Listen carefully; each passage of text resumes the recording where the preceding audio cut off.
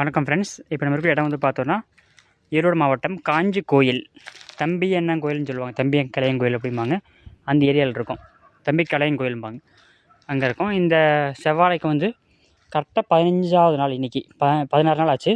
15வது நாளுக்கு முன்னாடி வந்து சருகு ஏறக்கூடாதுன்றதுக்காகவும் வாழை வளர்ச்சி வர்றதுக்காகவும் ஒரு டோஸ் ஊசி கொடுத்துருக்கு. ஒரு மருந்து வந்து ஊசி மூலிமா கொடுத்துருக்கு.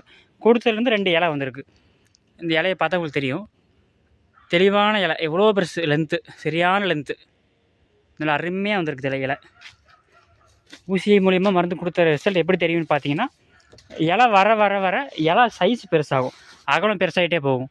சரி, இதெல்லாம் ஒரு ரிசல்ட்டா அப்படின்னு நினச்சிங்கன்னா, ஒரு செடிக்கு வந்து கீழே உரம் கொடுக்குறோம், மண்ணில் இருக்கக்கூடிய நைட்ரஜன், பாஸ்பரஸ், மெக்னீசியம், சல்ஃபரு, இதெல்லாம் வந்து கெமிக்கல் பேர் கிடையாதுங்க. இது வந்து இயற்கையாக இருக்கக்கூடிய ஒரு பேர். அது வந்து கொடுக்குறோம்.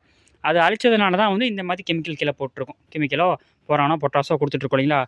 மண்ணில் இயற்கையான சத்து இருந்ததுன்னா ஒரு மரம் ஒரு செடி வளர்ச்சிக்கு வந்து உரம் தேவையில்லை, அதுவே வளர்ந்து வரும். அதை அழிச்சதுனால தான் நம்ம உரம் மருந்துன்னு கொடுத்து வளர்த்திக்கிட்டு இருக்கோம். இதை வந்து ஸ்டார்ச்சுன்னு சொல்லுவாங்க, செல்லுலோஸ்ன்னு சொல்லலாம். இலை மூலியமாக ஒளிச்சேர்க்கையிலேருந்து தானே ஒரு மரம் வந்து தனக்கு தேவையான உணவை சம்பாரித்து சேர்த்திக்கும். அது வளரணும் செய்யணும் அப்படின்னா இலை வந்து நல்லா தெளிவாக இருக்கணும்.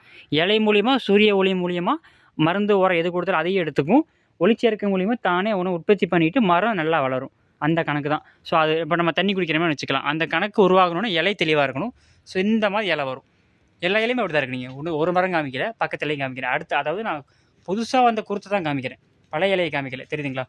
இதுதான் அடுத்த குருத்து. அந்த குருத்து இலை தான் இந்த இலை. பழைய இலைக்கு இதுக்கு வித்தியாசம் பாருங்கள், தெளிவாக தெரியும் இலை எப்படி இருக்குன்னு.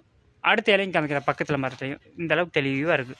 இலை வந்து நல்லா தெளிவாக நல்லா பாலிஷாக வரும். அதனால் ஒளிச்சேர்க்கையை நல்லபடியாக நடக்க வைக்கும். இதை ஃபாலோ பண்ணிக்கலாம். டோட்டலாகவே நியர்பை 800 ஒரு 3000 மரம் பக்கம் இதுக்கு இன்ஜெக்ஷன் பண்ணி கொடுத்துருக்குது.